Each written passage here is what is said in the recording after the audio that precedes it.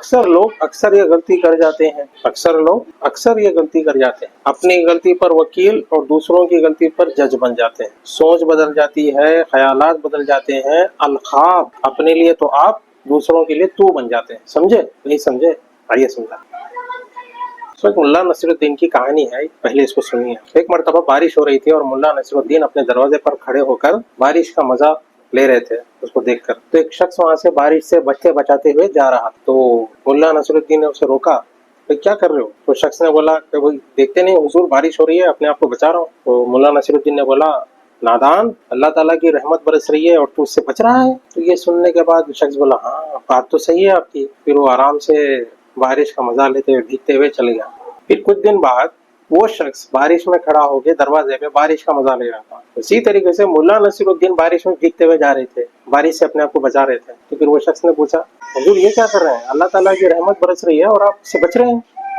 तो फिर मुल्ला नसीरुद्दीन ने बोला, नादान, वही तो, अल्लाह ताला की रहमत बरस रही है और मेरे पाँव में आ रही है, तो इसलिए मैं भाग रहा हूँ। So dear brothers and sisters, इस कहानी के जरिए मैं ये पॉइंट बताना चाहता हूँ कि मैं जो भी वीडियोस बना रहा हूँ या जो भी कहानी सुना रहा हूँ या जो भी मॉरल है वो हमारे लिए है, किसी और के लिए नहीं है। देखिए, हम अक्सर जब बयान सुनने जाते थे बचपन में, खास करके जुमा का खुतबा सुनते थे और मौलाना बहुत जोश में हमें जो है बयान सुनाते थे। उस वक्त अगर वो कहते कि हम बहुत गुनहगार हैं तो हम अपने आप को इमेजिन करते थे कि हम कितने गुनहगार हैं।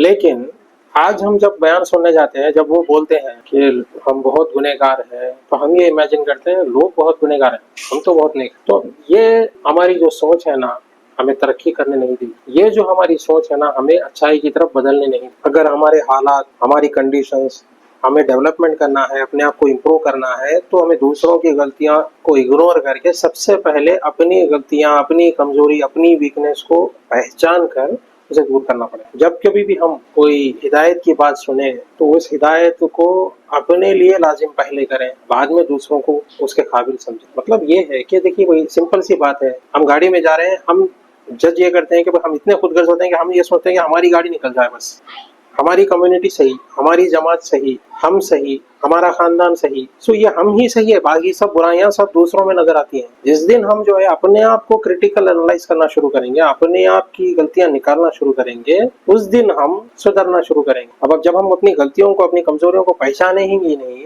रिकॉग्नाइज ही नहीं करेंगे, तो कैसे सॉल्व करें? प्रॉब्लम सॉल्विंग का सबसे पहला थंब रूल क्या है? प्रॉब्लम को रिकॉग्नाइज करना। आप रिकॉग्नाइज ही नहीं करेंगे तो हम कैसे सॉल्व करें? अगर मिसाल के तौर पर कोई शख्स जो है सिगरेट पीता है, अगर उसको लगता ही नहीं कि सिगरेट पीना एक प्रॉब्लम है, तो फिर वो सिगरेट पीना छोड़ने की बात तो दूर की बात है, उसको बुराई ही नहीं माने। जिस दिन वो मानेगा भाई हाँ सिगरेट पीना मेरे सेहत के लिए हानिकारक है, ये एक कमजोरी है मेरी, मुझे इससे छुटकारा पाना है, तभी एक पहला स्टेप है वो प्रॉब्लम सॉल्व करना। इसी तरीके से हर चीज में, हर फील्ड में और हर लिहाज से पर्सनली हमें देखना है कि हमें क्या प्रॉब्लम है, हम अपने आप को कैसे डेवलप करें, हमारे घर को कैसे डेवलप करें, अपनी कम्युनिटी को कैसे डेवलप करें, अपनी जमात, अपनी मसला किया, जो भी हम अपने आप को बिलोंग करते हैं, जिसकी फिक्र रखते हैं, हमें अपने आप को पहले क्रिटिकली एनालाइज करना चाहिए, हमारे प्लस और माइनस को फाइंड आउट करके उस पर काम करना चाहिए। यही मेरी आज स्टोरी का जो है मवाद था।